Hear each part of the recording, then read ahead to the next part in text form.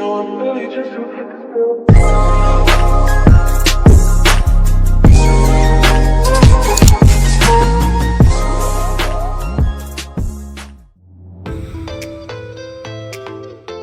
Assalamualaikum warahmatullahi wabarakatuh. Halo semuanya, siswa-siswi kelas 11 OTKP. Di pertemuan hari ini pada mata pelajaran OTK Keuangan, kita akan membahas bab 2, yaitu tentang anggaran, pendapatan, dan belanja. Ya, bab 2, anggaran, pendapatan, dan belanja. Jadi untuk materi pokok yang akan kita bahas ada 4 di bab 2, yaitu ada struktur APBN, siklus APBN, APBD, dan siklus APBD. Ya, jadi untuk pertemuan hari ini kita akan membahas materi pokok yang pertama, yaitu struktur APBN. Oke, kita langsung saja masuk ke materi. Nah, jadi apa yang kalian ketahui tentang APBN? Ya, sebelum kita masuk ke struktur APBN, kalian harus tahu dulu apa itu APBN. Jadi APBN ini adalah anggaran pendapatan dan belanja negara.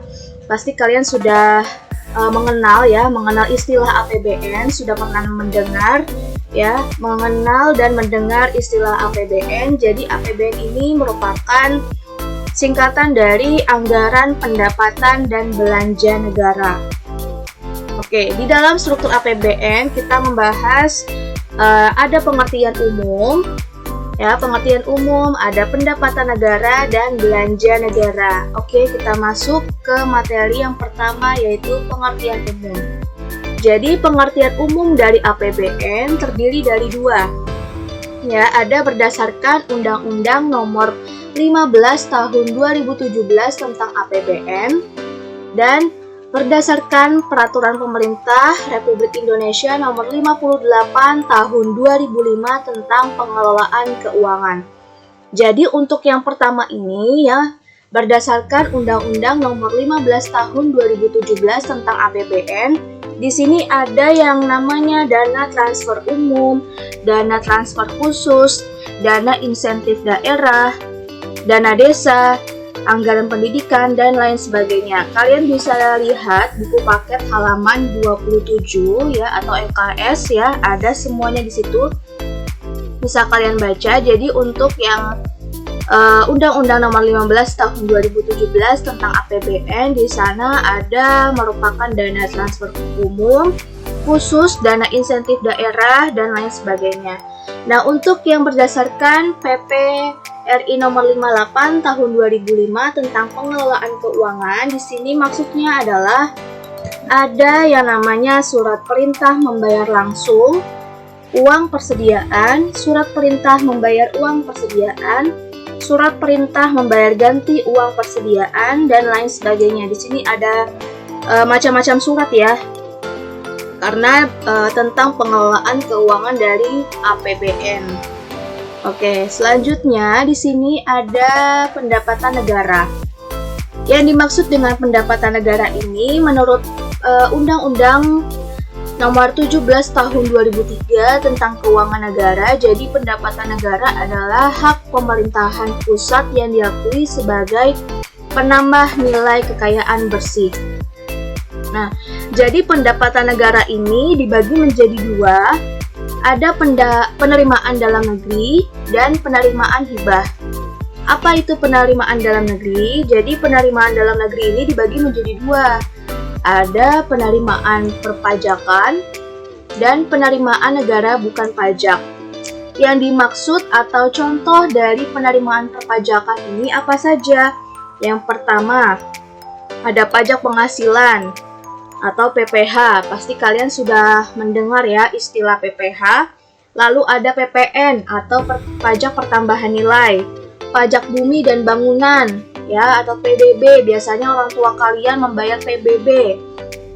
Ya, kalian sering dengar orang tua kalian pernah membayar PBB. Nah, itu masuk dalam penerimaan dalam negeri. Nah, untuk yang penerimaan negara bukan pajak apa saja, Bu? Yang pertama, ada penerimaan sumber daya alam, bagian pemerintah atas laba BUMN, dan penerimaan negara bukan pajak lainnya.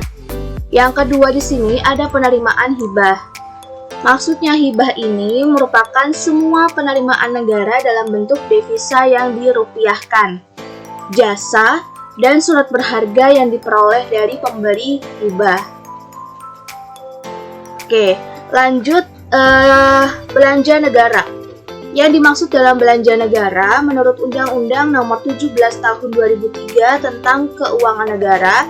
Jadi belanja negara ini adalah hak pemerintah daerah yang diakui sebagai penambah nilai kekayaan bersih. Ya, jadi belanja negara ini terdiri dari 4 bagian. Ada belanja pemerintah pusat, belanja daerah, pembiayaan dalam negeri, dan pembiayaan luar negeri. Oke, kita bahas satu persatu. Nah, di sini ada belanja pemerintah pusat dibagi menjadi 4 lagi ya. Ada belanja pegawai.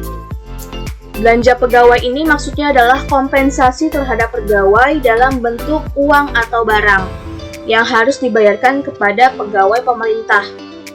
Gitu ya. Jadi untuk belanja barang, maksudnya di sini adalah pengeluaran untuk pembelian barang atau jasa yang habis pakai untuk memproduksi barang atau jasa. Lalu ada belanja modal. Belanja modal ini maksudnya adalah pengeluaran anggaran untuk memperoleh aset tetap dan aset lainnya yang memberi manfaat lebih dari satu periode akuntansi. Yang keempat, pembayaran bunga utang. Pembayaran bunga utang ini maksudnya adalah belanja pemerintah pusat untuk memenuhi sebagian kewajiban dalam negeri dan luar negeri. Ada lagi ya. Yang kelima ada subsidi. Subsidi ini maksudnya adalah belanja pemerintah pusat sebagai upaya untuk menjaga stabilitas harga. Itu yang dimaksud dengan subsidi. Lalu yang keenam ada belanja hibah. Hibah itu ya transfer yang sifatnya tidak wajib kepada negara lain atau kepada organisasi internasional. Yang ketujuh bantuan sosial, dan kedelapan belanja lain-lain.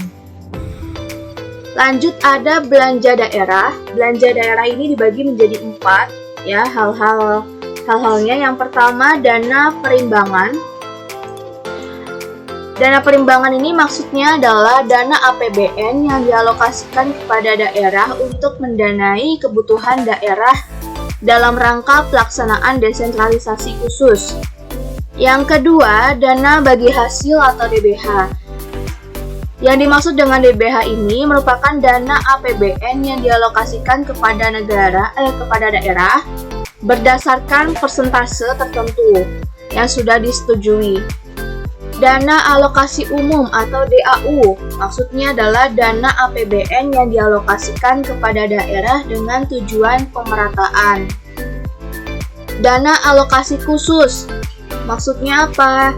Yaitu dana yang dialokasikan dalam APBN kepada daerah tertentu dengan tujuan untuk membantu mendanai kegiatan khusus.